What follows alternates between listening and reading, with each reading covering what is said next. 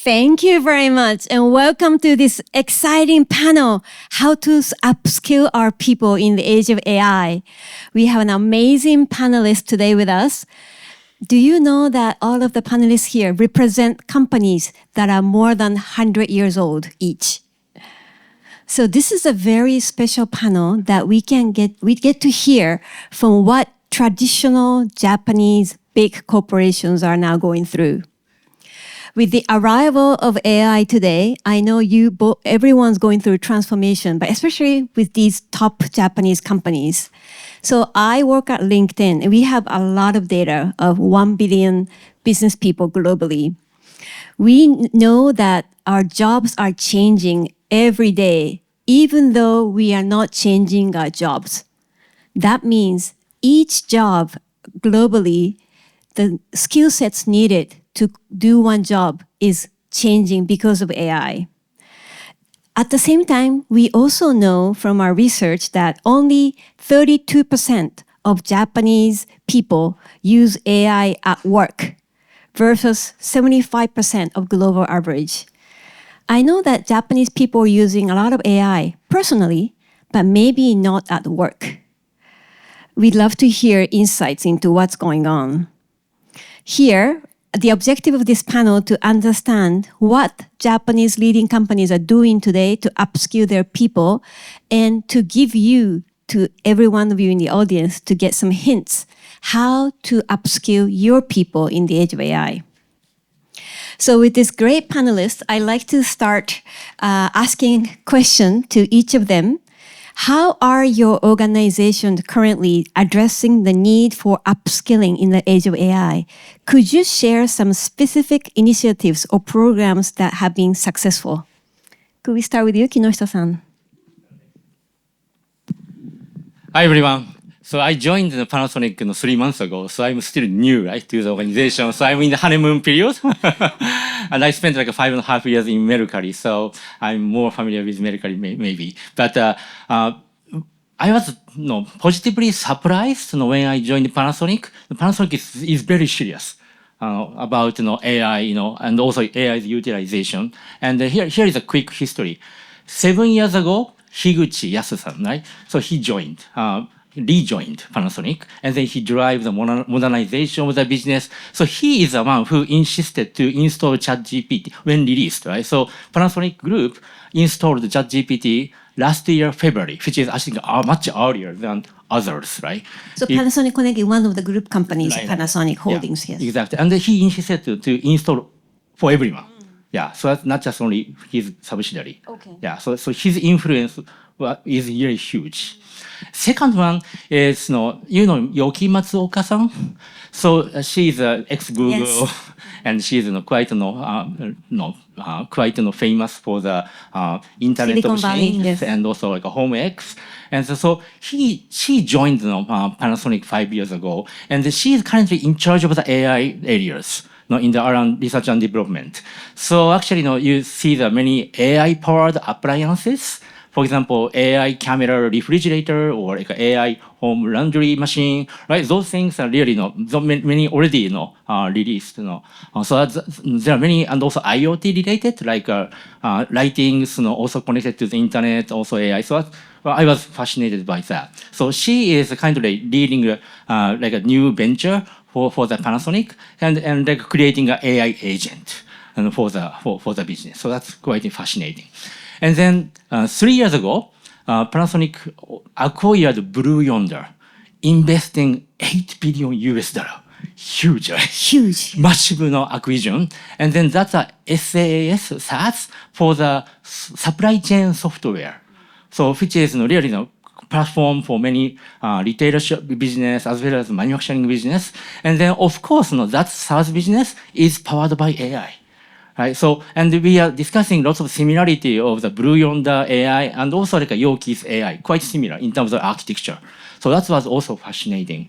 And then 3 years ago, also group CIO was hired from the P&G and AXA, his name is Tamaoki-san. He actually contacted me for this job. So he started digital transformation of the company. And then what his achievement was, he convinced all the business leaders in Panasonic, and hey, we need to really drive the digital transformation. It's called the Panasonic transformation. It's called PX. And then one of the important principle is educating employees. So employee training. So that's really leaders must commit to upscale the all employees, not just only people in the engineering side, but everyone. So that's a really great momentum. And then I already attended 2 times of AI training since I joined. So one is actually both tools are specified for the HR. So I attended with other HR leaders in Panasonic. And then it's a good thing, right? So really specified for the HR domain. So covering lots of use case, actual use case happening in Panasonic or other companies. And also it's helping us to learn how to use a prompt. It's quite practical. So I think that those functional specific trainings are really meaningful and impactful. Yeah. So that's what we are doing. Thank you very much, Kinoshi-san. I'd love to come back to you on the leader's commitment later on. Right. Miho-san, on the Dentsu group, how are you tackling AI? Yes, thank you. Hello, everyone. Thank you for having me today. So Dentsu Group story is, so if you know Dentsu is it was a media #1 company in Japan, but now we are transforming ourselves to become really a growth partner to the business, meaning that for clients, we want to bring advertising transformation, business transformation, digital transformation, all kinds of transformation, because we realize that the company or the environment is changing every day, and it has a lot to do with data and digital and technology. And so just to give you a context, so our business is also very global, and we are 71,000 employees worldwide. 20,000 of them sits in Japan, and our revenue comes 40% from Japan, but really majority outside of Japan. So we have a lot of things to do, transforming our core business, as well as engaging the global workforce. Being a Japanese company and going global is also one of the big things. And then in addition to this, embracing AI and new technology in the way that we work. So with all that, I'm busy, and it's been a learning journey so far in terms of the AI.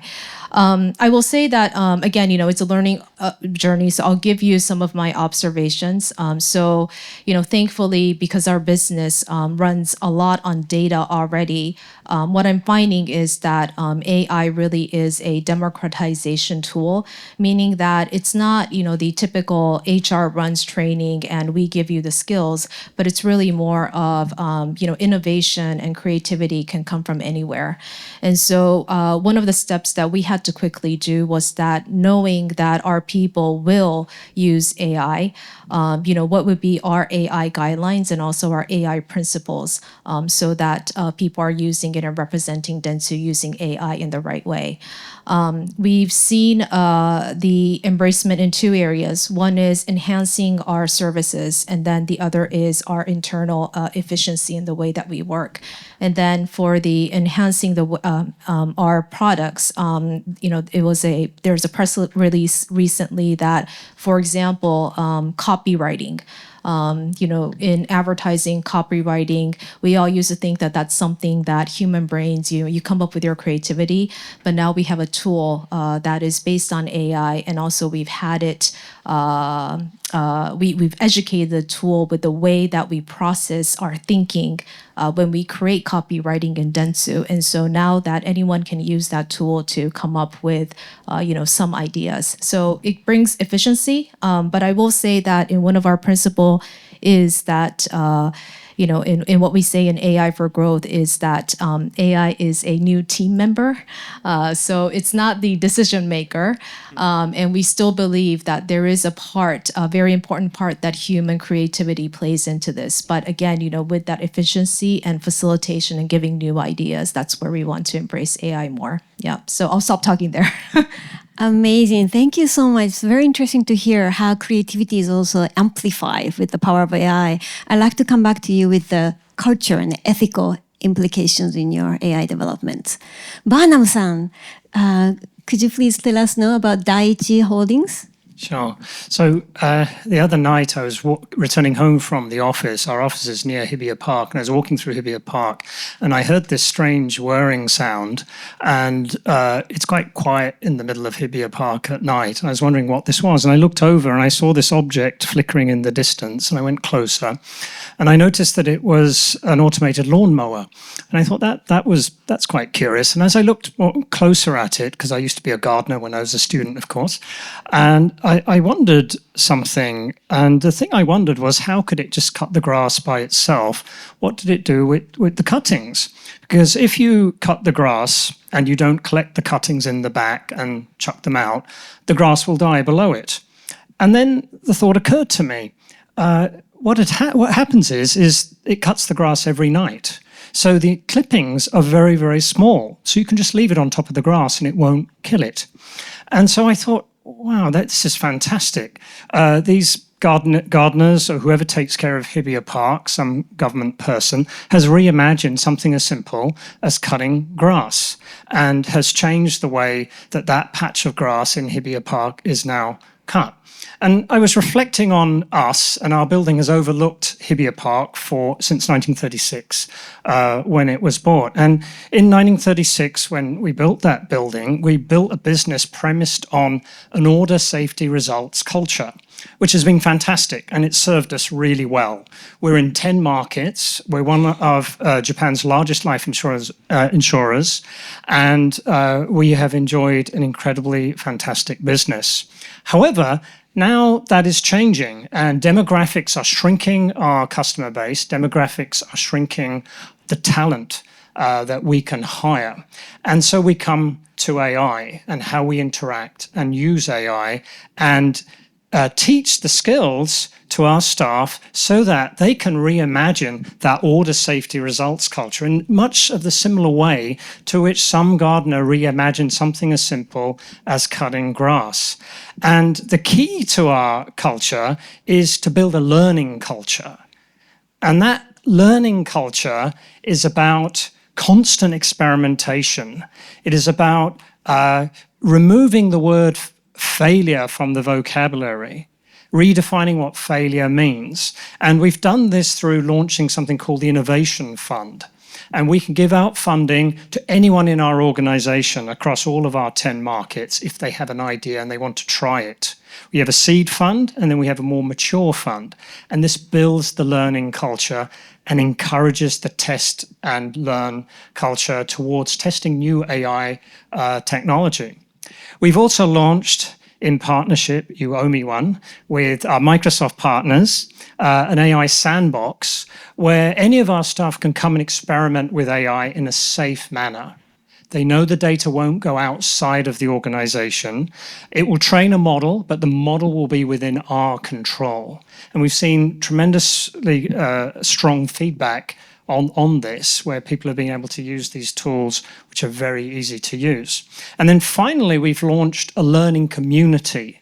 So we have a learning platform, and we encourage people to join the community and share about lessons they've learned using these new AI tools. We feel there's no point in targeting the 20% of our staff who are avid learners. These are the early adopters who are going to go out and research all of the new tools. We want to target the other 80% who need a bit of a nudge. And so we've launched this innovation fund and this learning community. And it's about changing the culture to a learning culture. Thank you very much. So this continuous learning culture is something that we all love to learn, the secret sauce to success. I love to move on to the next topic, which are asking about the biggest challenges you face when integrating AI in your existing HR structure. I know each of your companies is more than 100 years old, yet more than half of your business, Dentsu and Panasonic, are coming from overseas, and close to that, I think, also from Daiichi Life. I know you have a huge pressure from global shareholders as well as the customers to rapidly change. What are some of the challenges you faced? If I could ask you, Kinoshita-san.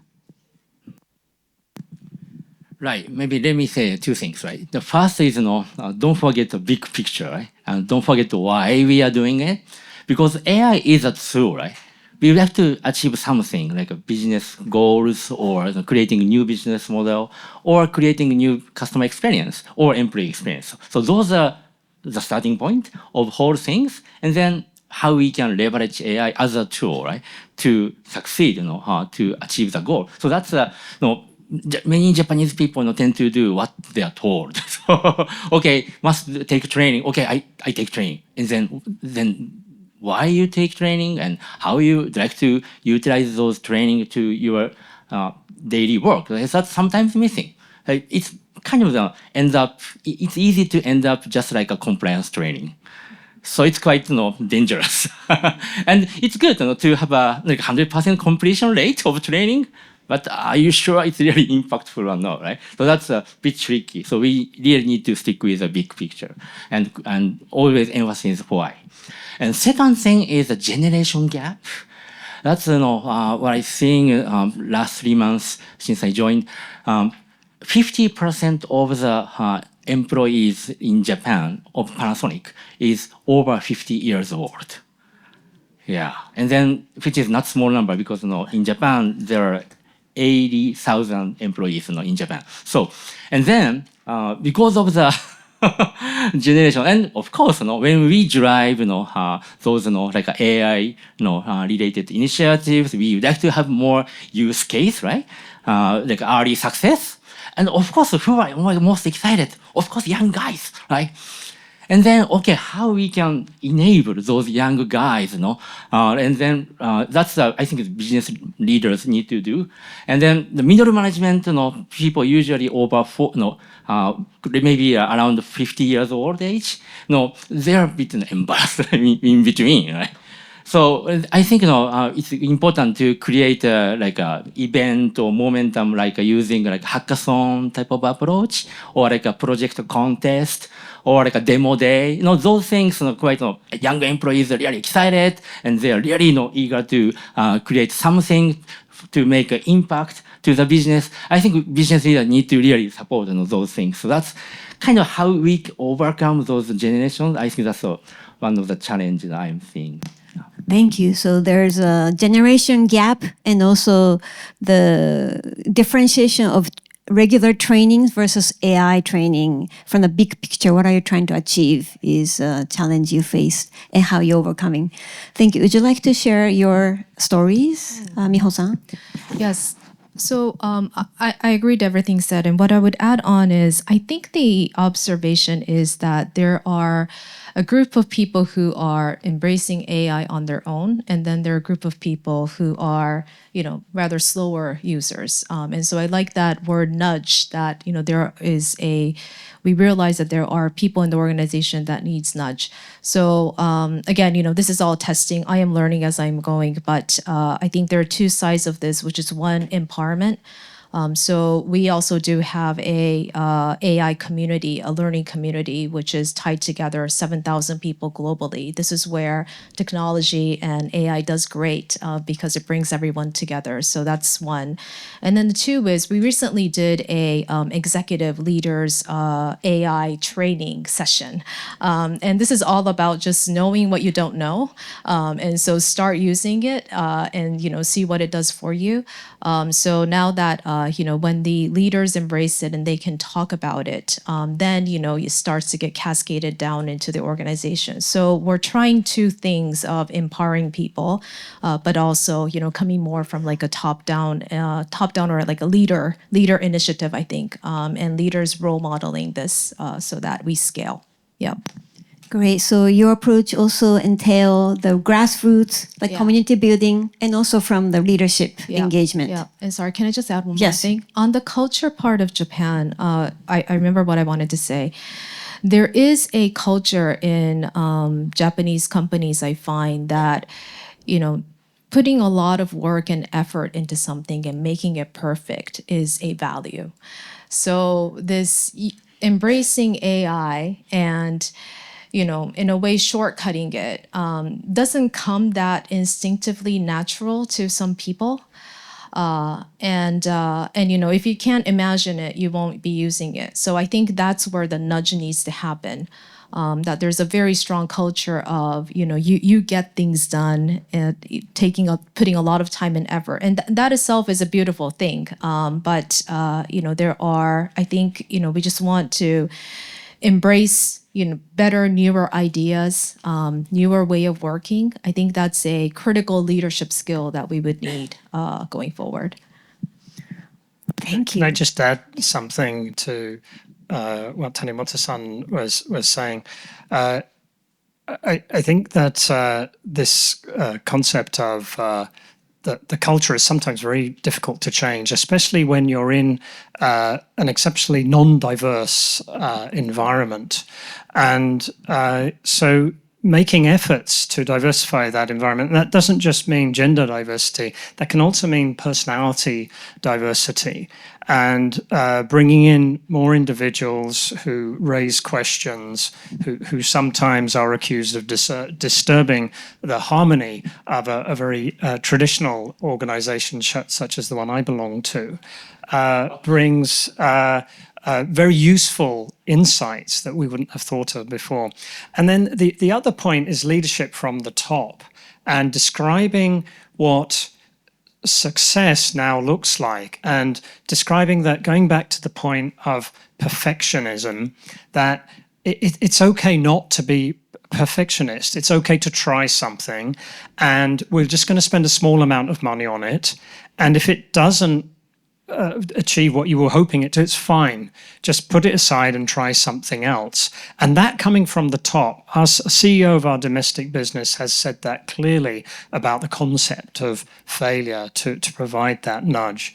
And that was, I just wanted to add that. Thank you. Thank you for sharing that. There are a lot of nodding in the audience when you shared about this culture aspect of Japanese trying to be perfect. But with the adapting AI, it's often said perfect is not where you want to be with try and error of AI. Great. I wanted to ask Miho-san about this ethical consideration of AI skill development and how you are doing in your organization to ensure responsible AI usage in your organization. Yeah, so we've started with what we call AI Dentsu guidelines, which was our intent to let people know what to do and what not to do. But then what we're learning is that it's more about, it's not just the guidelines, but it's also about principles. It's about the ethical usage, because people will have access to so much data and so much AI. There is a part of this where we need to educate their mindset and the how. And so it's not been published yet, but together with the legal team, it has a very simple set of principles, you know, like accountability, like transparency, like security, like non-bias, and so on. So, you know, we do feel that as a company, this is our responsibility to educate our employees to be responsible for AI. And so that's the next step of showing it in AI principles. Yeah. Anything to add from your organizations? I have something to add. So I've been in the insurance industry for a while, and I still have a romantic view of it, that it's has a noble purpose, and that noble purpose extends to our customers and care of our customer data. We have some of the most sensitive information about individuals and their health details, and so we have a significant responsibility as to how we would use that.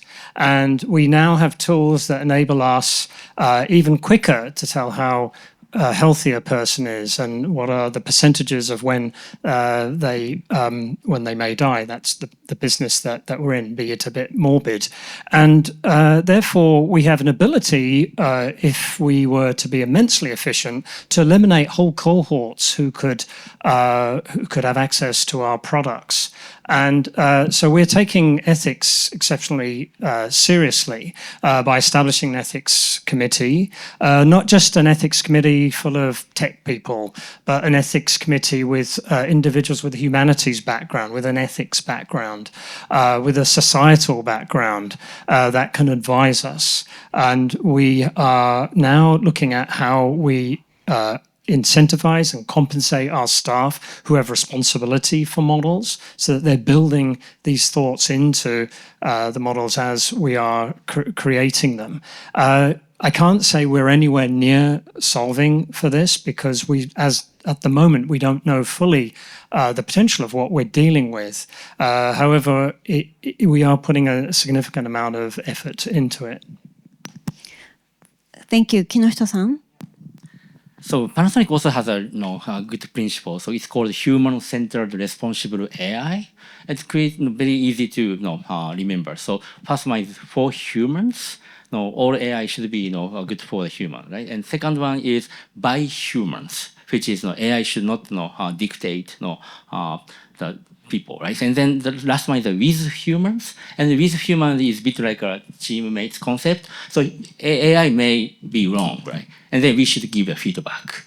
So that's a kind of partnership is needed. So with AI, so that's very easy to remember. Yeah. Thank you. So it's very encouraging to hear that top Japanese companies have come out with these AI principles or guidelines so that there are many risks around. There was a cybersecurity session that we learned many risks, but there is some guideline for Japanese companies to abide by. I also heard that this, having human skills in addition to hard skills is really needed. I recently heard that on Wall Street, Goldman Sachs is hiring hundreds of data scientists, AI engineers, and they're looking for AI engineers with philosophy backgrounds. So they themselves can, identify and make decisions based on ethical considerations according to their philosophy background. So it's very interesting. And we also have at LinkedIn how human skills, pro-human skills are more in need in this age of AI from the company's postings. So going back to Barnham-san, I love to hear how you're seeing the role of AI evolving in the next 5 years, and what skills do you believe will be most critical for employees to develop? So the first thing I will say is today, the state of whatever LLM you use, ChatGPT or whichever one your favorite is the worst it will ever be. And what that means is it's incrementally improving at a state of once every week, once every 2 weeks. So the half-life of the skills that we're learning is getting incredibly shorter. And going to university, studying something for 3 years and hoping it will be relevant at the end of it in this rapidly changing pace is very difficult. I have to qualify this by saying that I precisely went back to university 2 years ago to study philosophy, and I'm studying philosophy right now. And what I want to say is two perhaps contrasting things. One is to follow up from what Tanaka-san was saying, that I think the importance of these, some people call them soft skills, but in fact they're not. They're difficult. They're hard skills to learn, and that's the human skills. Should I use this data for this particular reason if it enhances the top line of my company? But how does it impact customer, or how might it impact society, to answer questions like that? Skills in that soft area, I think, will be really critical. Going back to the other point about continuous learning, I think more than ever, as we look at educational institutions, as society ages more and the three-stage life largely becomes irrelevant into a multi-stage life, we will, all of us, be going through continuous learning and updating our skills and our knowledge. And that's what we try to encourage at our organization. And we do this through the learning platform I mentioned and the community. We have also started to hire experts. One other cultural challenge was that in many Japanese companies, develop many generalists. And the generalists are developed through this scheme of rotation every 2 years, which means that individuals know the organizations very well, but they do not develop expertise in certain areas. And in technology, particularly, in order to develop differentiating technology, you need expertise or you will not win. And so we have started to develop and recruit experts, and we've recruited quite a famous person as our chief data officer from a technology company that I won't mention, and she is building out a capability. And so in this way, we have internal capability that can provide that continuous learning and encourage the continuous learning culture across our company. お願いします。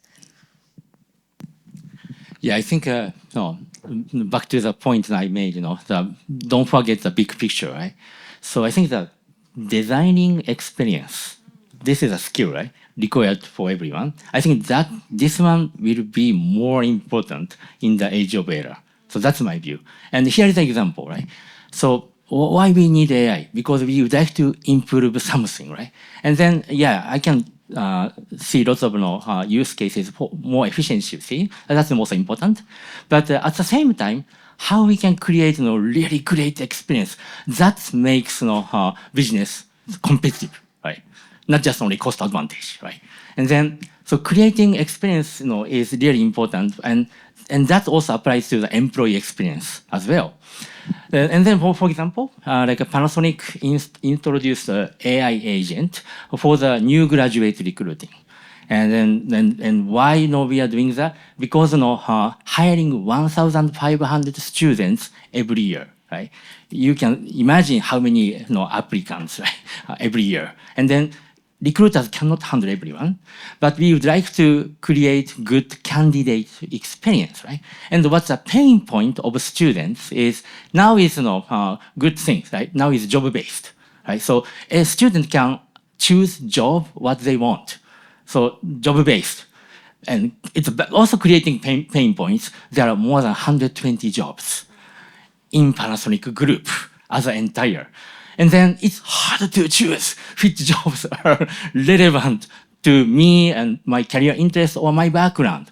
And then AI agent help student to navigate, asking questions, what major, what's your career interest, what your likes or dislikes, and then coming up with a few suggestions. And it's a suggestion, right? Of course, the student can make a decision which one should apply, right?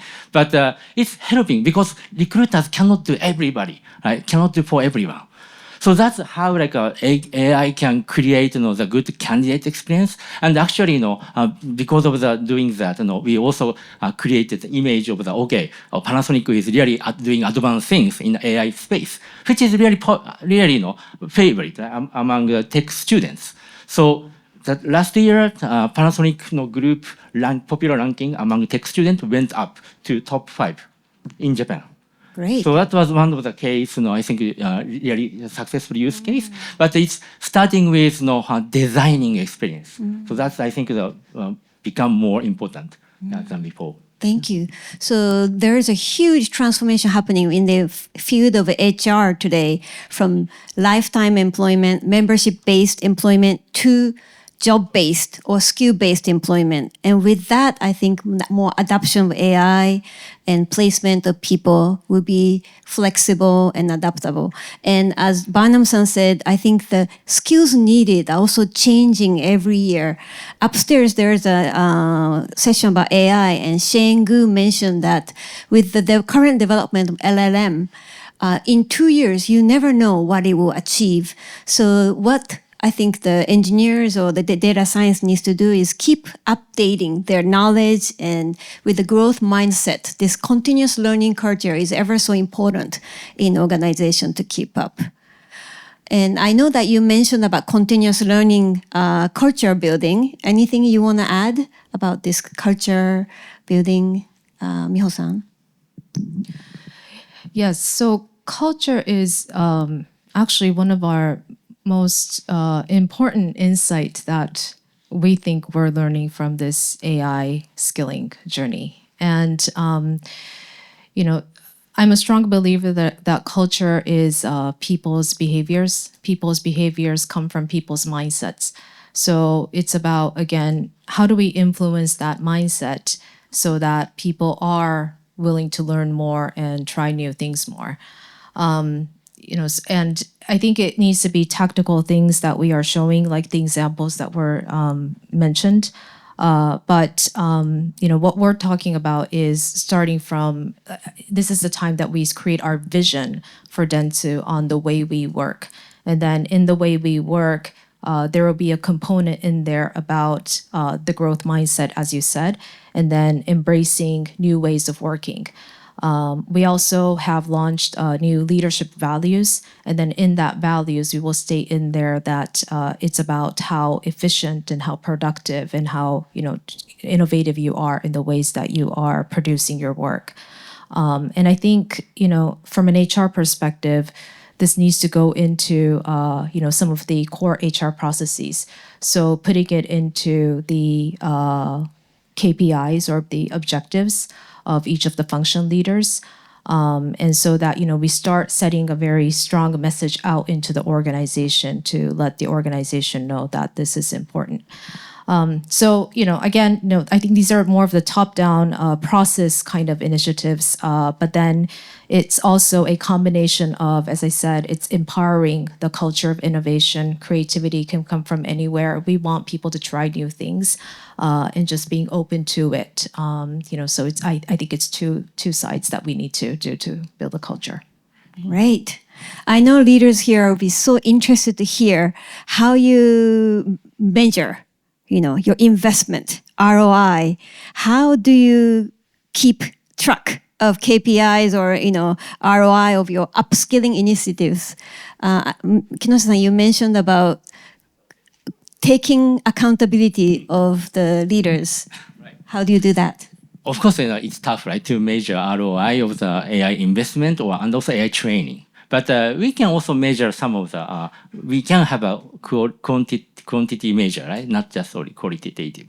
So, for example, like in Mercari, Mercari is also a company who implement ChatGPT and also other generative AI to the company quite earlier than others. And then, but initially, only focusing on the product side of the development because it's a software, right? So we like to create a good customer experience using Gen AI, and which was succeeded also. But after like 6 months, you realize, it's so important, not just only for the product development, but also all the business operations within the Mercari, right? So, and then asked everyone to really utilize Gen AI for everyday life, everyday work. And then after like a few months, took survey. Okay, how much they are using. And then found out, 3 times a day people are using in average. All employees, 3 times a day, which is like 1 year ago. What do you think? 3 times a day, all employees. More or less? But interestingly, so after having this data point, discussed among business management team in Mercari, we were so upset by the low number. 3 was too little. 3 was too little. At least double digit, because it's a tech. Mercari is a tech company, right? But of course, it's diverse, right? So engineers using more than 10 times or 20 times, 100 times, right? Some software engineers, but maybe corporate people, not much. So that's a huge, deviance, inside the company. And then, okay, let's activate, more actions, for the corporate people. So then we had like a hackathon for the HR function. That's also, creating a great momentum. So that things are very important. So measuring, anything we can quantify, I think that's important. So for the Panasonic, Panasonic also released, for the Panasonic Connect, which is Higuchi-san's business, already reduced 186,000 hours by implementing, 180,000 hours. Azure-based AI for the business. So it's just only one subsidiary. Yeah, and then considering the entire group, I think it's huge. I think that's also, makes us very feel comfortable or us creating really great, impact onto the business. Yeah. Great. Some early data, but very promising to show the impact of AI in reducing labor hours. Great. I also would love to ask one more question before we go to Q&A. So please be ready with your questions, audience. Barnham-san, I'd love to ask, how do you encourage employees to take ownership of their own learning and development in the context of AI and DX? So I joined the company about 1.5 years ago, and I thought it'd be great to start a learning program for digital skills. And everybody in the team was really keen because it's a digital team, so that's fair enough. And we deployed this learning platform, and people thought these were wonderful, and everything was fine. And I checked the KPIs after 3 months, and people were completing the training. I thought, oh my God, this is fantastic. And then one night, I can't remember what it was, I went out of the office and I had to go back to the office at about 10 p.m. It was a Friday. And I went to the office, and the office was full of people. It's not unusual in a Japanese company, some may say. And I was curious what everybody was doing. So I went round and I checked what they were doing. And I said, why... to people who felt more familiar with sharing with me, I said, why are you working at 10 p.m. at night? I said, well, I've got this project to finish because I didn't have enough time to finish it. I said, why didn't you have enough time to finish it? She said, well, I've been doing all of this learning. So it's very hard within a kind of organization if you're not creating the space for people to learn and for people to develop new skills. And in order to create that space, you have to be particularly in a very responsible towards work attitude Japanese environment. Right, your work and all that I'm expecting you to do is now going to be reduced by 80%. And 20% a month you get to dedicate to learning. And you can use that how you see fit. And to the more senior people are more responsible and hopefully can manage their own time. Talking about the vast number of those individuals that need that nudge. And that's where the cultural change starts, when you say, oh, you're creating some time for me to be able to do it. And so then hopefully now there are fewer times when people are working late at night. There's possibly a regulator in the room, and I'm going to get a call for staff working beyond the legal hours now. But anyway, that is, hopefully we've started to address that now. And that's how you can create it, through influencing to change a culture that is highly responsible towards working. So in Japanese organizations, there should be some leadership initiatives, that strong voice that's needed to create the space. Thank you. So now we'd like to go to the Q&A session, open up to the floor. And if you have any questions, please raise. And we take 3 questions at each time. Makiko-san, over there.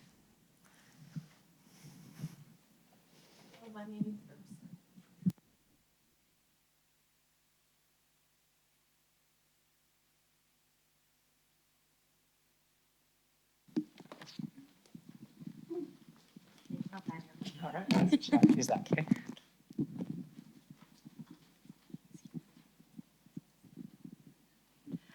Hi, I'm Makiko Shinoda from Yale. My question is around leadership. It's one thing to upskill our people. It's one thing to give them space to experiment, etc. But we're doing this to drive business results. And to drive business results, there needs to be change in processes, business systems, etc. So given that, is there a change in like a dimension of leadership that we need to focus more on in face of AI in its quick development? Thank you. Next question. Gentleman in the middle, please. We often talk about a generation gap, and we're saying that it's particularly wide with AI.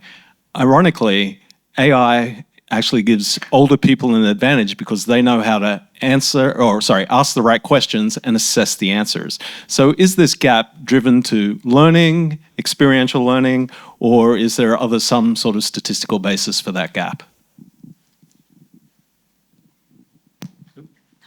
Tom-san next. Thank you. Tom Pedersen, Bento Box Innovation. Given that all of you work in very large, older Japanese companies, and older meaning the age of your workforce as well, we realize that changing culture, making a culture of continuous learning is about helping to change mindset. And so I'm really curious what you're doing to help address the mindset change, especially of the middle career to older type workers that you have. Thank you. Thank you. Let's take one more question because it's very similar to one in the middle, please.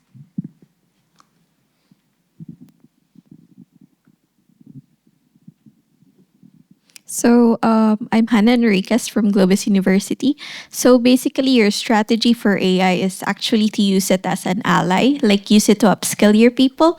But how about the threat that AI can cause people to lose their jobs?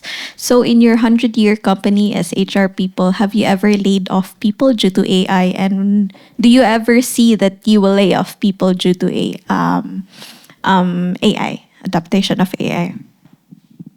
Thank you very much. So I guess we have questions about the generation gap, also about the older workforce, how to help change their mindset as culture change as well as leadership to achieve business results, what aspect that we need to focus, as well as AI as a threat.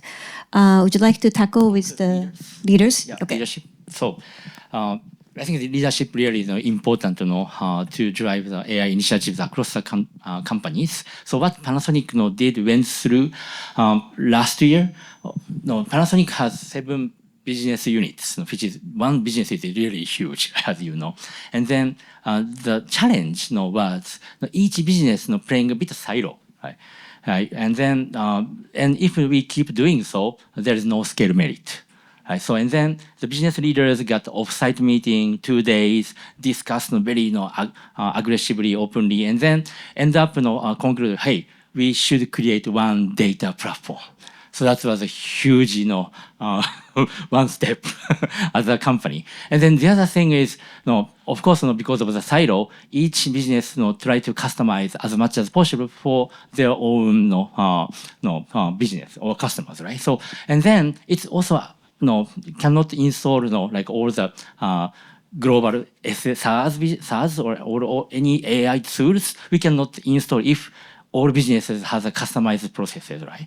Okay, all business leaders, we should agree, let's get out of the customized process, but incorporate with the global standard as much as possible, which is the only way to win in this AI game. So I think it's a huge win.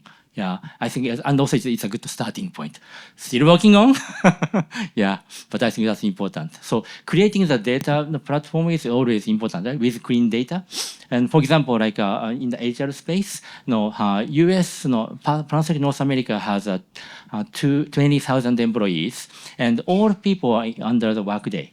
And then because of all the data captured in the workday, and also it's connected to Busier. You know Busier? It's a people analytics tool. It's powered by AI. So all the I just met the Panasonic US people, and then so she demonstrated how to use those AI edge tool to conduct the people analysis, and that was great. And because of the platform, right, we had. So I think that's creating the data is so important as a leaders. So HR tech is really also surging, and I think a lot of skill sets are now required for a lot of HR people too. Anything to add? Yes, thank you. So on the leadership, so I'm also a very strong believer of at any time driving change, embracing change is a very important skill for leadership. And then what I'm seeing adding on to that is the speed of change. The agility, the speed of change. And that is, I will be honest, it is one of the hard concepts, I think, in a Japan corporation, or, and I don't want to generalize Japan corporation, but when you are in a company that makes decisions on a consensus basis, it takes more time. And therefore, the concept of speed and agility, you need to nudge and push. So that is what I think about in the leadership concept.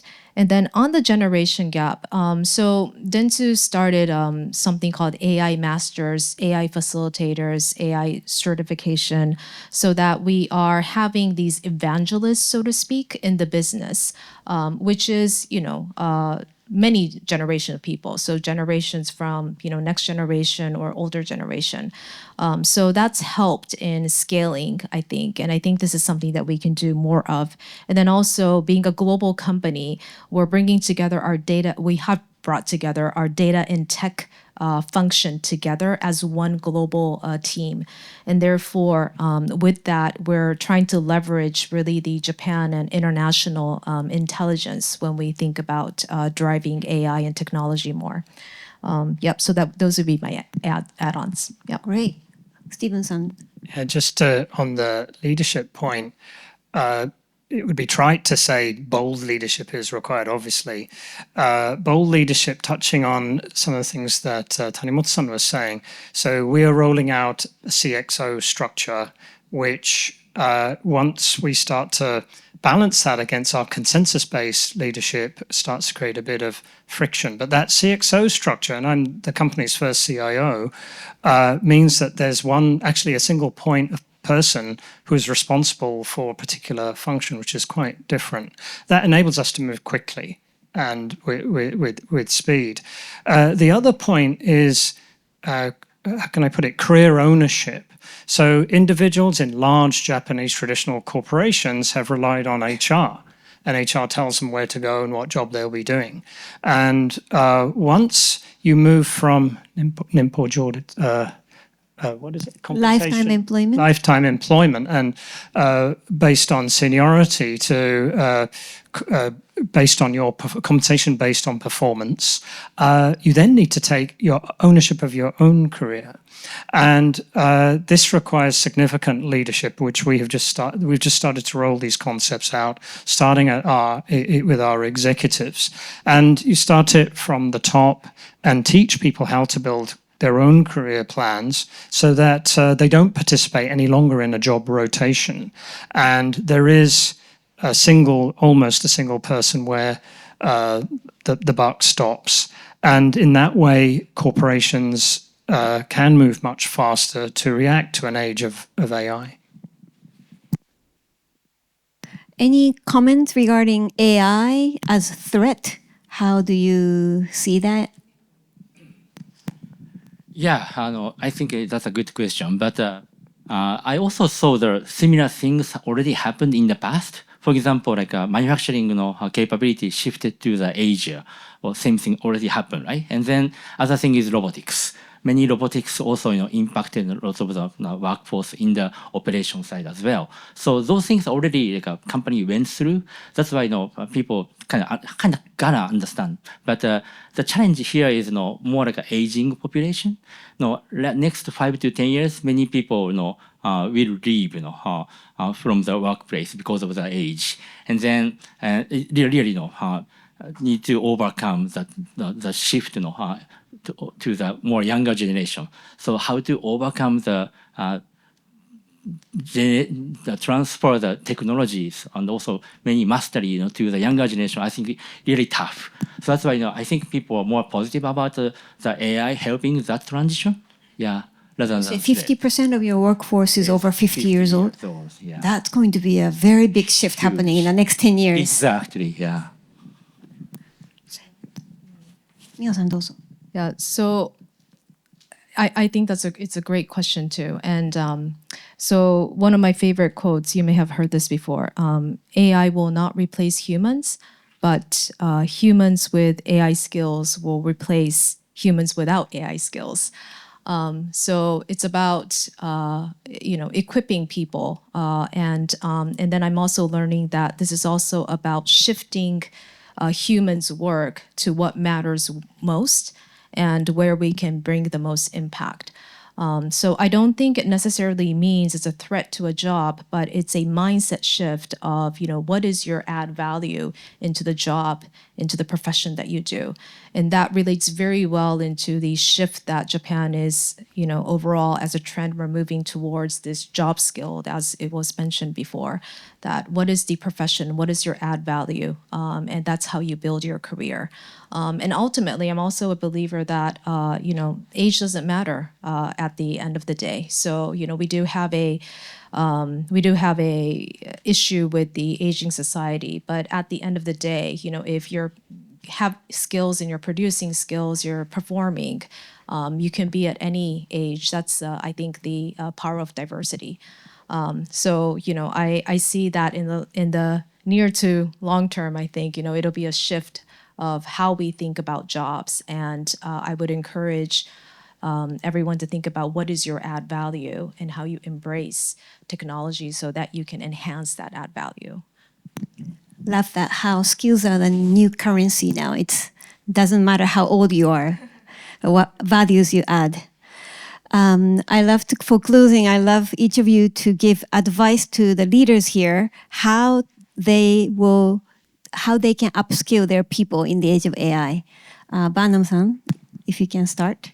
Sure. So I think to start from the top, if you are in a leadership position, I've been a software developer, I think, for about 30 years, and software developers could easily be replaced by AI, as we have heard. And just a few years ago, we were saying, we encourage everybody to go, everybody should be a developer.